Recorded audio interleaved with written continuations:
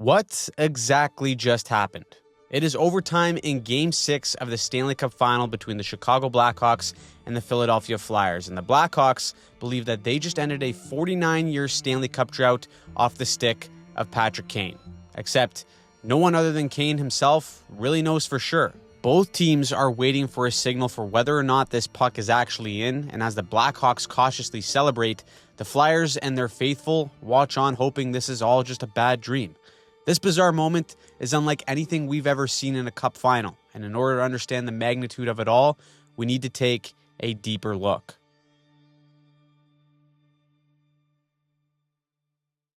Now, before we continue, today's video is sponsored by our good friends over at SeatGeek. The MLB season is in full swing, and believe it or not, the NHL season is closer than you think. You can already find NHL tickets on the SeatGeek app, so it's a great time to start planning ahead and get tickets there. And one of my favorite things about SeatGeek is how easy it is to find a great deal. When you're looking for tickets, SeatGeek gives every listing a rating from 1 to 10 based on the value of the seats. Just look for the green. That's a great deal. Snatch up those tickets, pick your seats, and you're good to go. SeatGeek, of course, has hooked us up with an awesome deal. Right now, you can get 10% off your next pair of tickets when you download the SeatGeek app and use promo code Hockey2026. Just click the link in the description, download the app, and the code will automatically be added to your account. Get started, use the code, and enjoy your next game on a great deal using SeatGeek.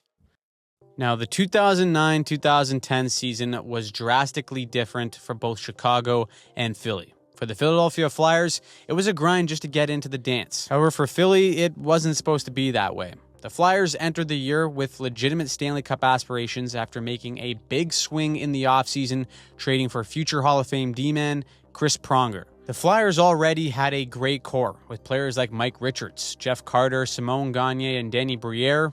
Adding Chris Pronger was a game changer. Pronger was arguably the Oilers' most important player in 2006 when he helped drag them as an 8th seed to 1 win away from the Stanley Cup. He then went to Anaheim the following season and finished as a Norris nominee, but more importantly, a Stanley Cup champion then. Adding him to the team made expectations sky high for the Flyers. The season started well, but quickly unraveled. Philadelphia was devastated by injuries. Danny Briere missed much of the year. Simon Gagne dealt with significant injuries, while Jeff Carter also missed time too. And to cap off the struggles, goaltender Ray Emery suffered a career-threatening hip injury. The Flyers struggled with inconsistent play, leading to the firing of their head coach, John Stevens, just after 25 games. So then, in came Peter Laviolette in December to try and save the season. Despite the change, Philadelphia did struggle before finally finding its identity midway through the year. Their playoff hopes came down to the wire. On the last day of the regular season, they faced the New York Rangers in a winner-take-all matchup. If you win, you're in. And after a scoreless overtime, this game would need a shootout. So once Claude Giroux did his job and buried in the shootout, it came down to Olli Jokinen versus Brian Boucher with the season on the line for both teams. Jokinen tried to go 5-hole, Boucher said not today, and Philly, in dramatic fashion, clinched a playoff berth as the 7th seed in the Eastern Conference. So that means that they would meet the 2nd seed and the division-winning New Jersey Devils. Now, the Devils were an experienced team that hadn't missed the playoffs since '96, having also loaded up on Ilya Kovalchuk earlier that season. The Flyers were in tough, but they did match up well against New Jersey, beating them in 5 of the 6 games during the regular season. And that was a good indication for how this series was going to go, because Philly would take it in 5, largely due to their captain Mike Richards leading the charge. 4 multi-point games dragged Philly into round 2, where they would meet the Boston Bruins. Boston came out of the gate hard, winning games 1, 2, and 3 to put Philly on the verge of getting swept. Boston was having their way, but in that Game 3, Mike Richards was determined to take a piece of David Krejci and threw a hit that broke his arm and knocked him out for the rest of the series. From that point on, it seemed like the momentum would start to swing Philly's way. A Game 4 OT win off the stick of Simon Gagne was then followed up by a 4-0 shutout from Philadelphia. But but it was shared by both goalies as Brian Boucher would get hurt mid-game, so in came Michael Leighton for the Flyers. A 30-save performance by Leighton in Game 6 would help the Flyers win 2-1 and become the first team since the 1975 Islanders to force a Game 7 win down 3-0 in a series. But even with this miraculous comeback, it seemed like in Game 7, the magic had run out as Boston scored 3 straight to go up 3-0 in the first period. But this Philly team refused to die. A young James Van Riemsdyk put the Flyers on the board before the end of the first, and it planted the seed of doubt in Boston. 2 straight goals from Scotty Hartnell and Danny Briere tied the game, and it set up another hero moment from none other than Simon Gagne. A power play goal made it 4 unanswered, and Philly left Boston stunned at TD Garden in Game 7. A colossal choke mirrored by an insurmountable comeback made Philly just the 3rd team in NHL history at the time to return from an 0-3 deficit and win a playoff series. From that point, it seemed like nothing was going to stop the Flyers. The Michael Leighton wizardry continued. 3 shutouts in the series against the Montreal Canadiens, where they also outscored them 17-7, had them cruising past Montreal in 5 games and booking a ticket to the Stanley Cup final. An 8-1 record since being put on the brink by Boston meant that Philly was coming in hot. But so was their opponent in the Chicago Blackhawks. After 28 consecutive years of playoff appearances from 1969 all the way to 1997, it was the 2nd longest playoff streak of all time, and Chicago still wasn't able to win another cup. 2002 was the last time they were in the playoffs before enduring a full-on rebuild. It was the darkest time in their franchise in over 40 years, but all those years of misery would pay off. From 2002 to 2008, they drafted one of the best young cores in the league that the modern era has ever seen. A core that had Duncan Keith, Brent Seabrook, Jonathan Toews, and of course, Patrick Kane.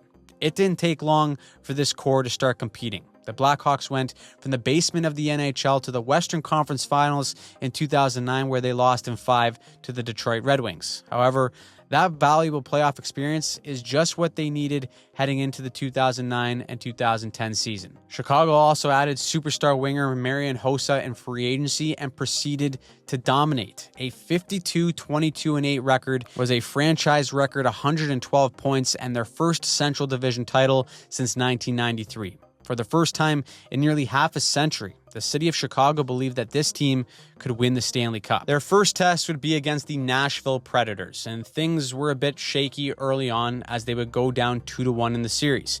Chicago would tie it up to set up a pivotal Game 5, where Nashville was literally seconds away from putting Chicago on the brink. Being shorthanded in the last minute of the game, Joel Quenneville went to his 2 best young studs to try and kill off the penalty in Jonathan Toews and Patrick Kane.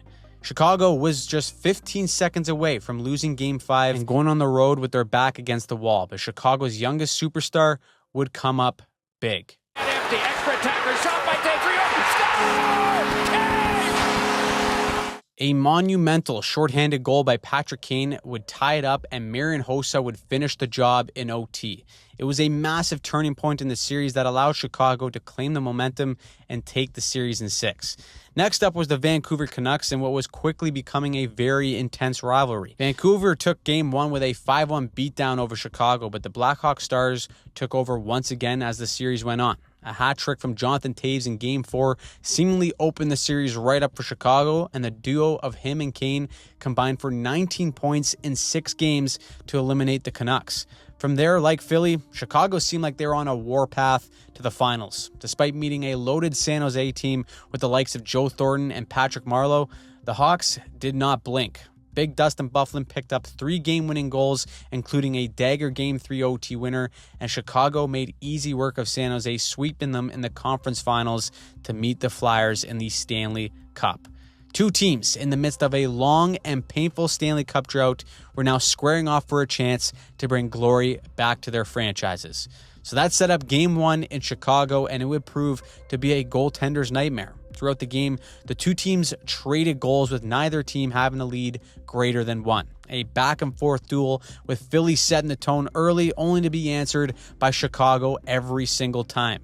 And finally, Thomas Kopecky scored in what would eventually be the game winner. Chicago struck first, winning the barn burner, but in Game 2, they did it in a different way. In contrast to Game 1, this was a low-scoring affair with much tighter defense displayed by both teams. And it was not until late in the second period that Chicago managed to get the icebreaker with a goal from Marian Hossa. The Blackhawks quickly added another one just 28 seconds later, thanks to a wrist shot by Ben Eager and what would be the game winner to put Chicago up 2-0 in the series. For Philadelphia coming back home, this was a must-win game. They already made history, coming back down 0-3 in this playoff run, but doing it twice would be virtually impossible. The Flyers had their fair share of guys in their prime at the core, but one up-and-coming star that had taken a leap in his sophomore season was Claude Giroux. And with Game 3 going into OT, he'd endear himself to the Flyers faithful. Back ahead, Danny Briere. Briere sets up Carl, side of the net, deflected, score! After that, Philly was back in this series. Down by just one game, the Flyers were riding the high and the momentum of being on home ice in front of their crowd. Philly stormed out to an early 2-goal lead in Game 4, and despite Chicago pressing for a third-period comeback to cut that deficit to 1, they held strong to secure a 5-3 victory and tie the series up at 2, proving yet again that these Flyers will not go away easy. However, in Game 5, Chicago had an answer of their own. The Blackhawks overwhelmed Philly with an explosive first period, scoring 3 goals to chase Michael Leighton from the net for the second time in this series. They didn't look back, and even though Philly made it uncomfortable at times, the Blackhawks won 7-4 and were now just a single victory away from ending their 49-year championship drought. With the series shifting back to Philadelphia, the Flyers now faced elimination while the Blackhawks stood just 60 minutes away from hockey immortality. And early on, despite the nerves of both teams knowing what's at stake, they seemed dead set on setting the tone physically, and 5 minor penalties in total in the first was the result of all the chaos. And it gave both teams a chance to capitalize on their power plays. The first being Chicago. Just seconds into the man advantage, a down-low jam play pops out a rebound that is cleaned up by a 6'5", 260 Dustin Byfuglien to give Chicago the 1-0 lead. That was answered right back 3 minutes later by Philly's own net front presence on the power play and Scotty Hartnell. This game was going into the second all tied at 1, but it wouldn't last long. 6 minutes in, Scotty Hartnell again makes an impact, except this time he does it without even touching the puck. As the Flyers gain the zone, he subtly clips the feet of Duncan Keith, who blows a tire, springing an opening right down Main Street for Philly. The Flyers take full advantage with Danny Briere patiently going top bunk on Antti Niemi to make it 2-1. However, Philly didn't get to enjoy that lead too long either. A response 3 minutes later saw forward Patrick Sharp come in on the right wing and beat Michael Leighton clean 5-hole, a trend that became more and more prevalent as the series wore on. And that goal zapped any momentum Philly had and swung it right back into Chicago's favor, and they made good on it shortly after. Just before the end of the second period, a point shot from Hjalmarsson would be perfectly tipped by Andrew Ladd to give the Blackhawks a 3-2 lead going into the third and just 20 minutes away from destiny. The Flyers, in desperation, pushed hard to tie it, but every bounce and missed opportunity became more and more painful with every second that ticked by, until one finally squeaked in. A centering pass from Ville Leino would take a funny bounce off of not just Marian Hossa, but also Scott Hartnell's skate to find a way into the net and tie this game all up with just under 4 minutes left in the third period. And so in a game and series full of what-ifs, we get one more haunting moment for Philly fans. With under 2 minutes remaining, Jeff Carter would find himself wide open with an empty net for a chance to give the Flyers back the lead. But Antti Niemi would sprawl across to make a massive save and keep this game all tied going into sudden death overtime. One goal now sends this series to 7 or breaks a 49-year drought. With the way that these two teams have attacked, it felt like overtime wouldn't last long at all. Both sides, based on their play, seemed tentative, with them dumping the puck in to avoid a costly turnover, but not this kid. A 21-year-old Patrick Kane doesn't seem shy at the moment at all. In fact, he's beaver tapping his stick because he wants this puck.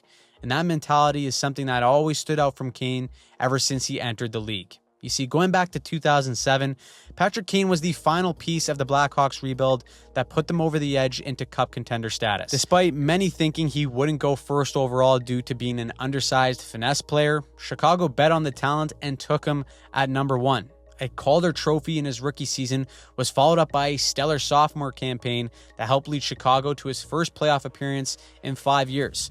This season was no different, and when the lights got brighter, so did he. Kane led the Hawks in regular season scoring and was just behind Taves in playoff scoring, recording at least a point in all but 2 playoff games in this run to the final. So when the puck found his way onto his stick on the half wall with space, it demanded immediate attention. That was defenseman Kimmo Timonen's job as he tried to close the gap. But Kane is one slippery devil. In his first 3 seasons, we've seen already how deceptive and tricky he could be against goaltenders and defenders. So 2 head fakes towards the point to sell a pass would cause a slight hesitation in Timonen, opening up the lane for Kane to cut down the wall. With a step, the main pass option is mostly covered, and from this angle, a shot shouldn't be any trouble. But in this game alone, we've seen Lehtinen get beat 5-hole once already, and with him still on his feet, a low shot is looking more and more like the best option. And so, with the game on Patrick Kane's stick, you're about to witness hockey history. Head fakes there, trying to shake Timonen. Threw one in front. Oh my, it rattled around, and it kicked on back, and it scored! We saw no light, we saw no signal, and we're not sure if they've set a signal of a goal yet, but they are celebrating at the other end of the ice. What chaos! The Stanley Cup to the Chicago Blackhawks.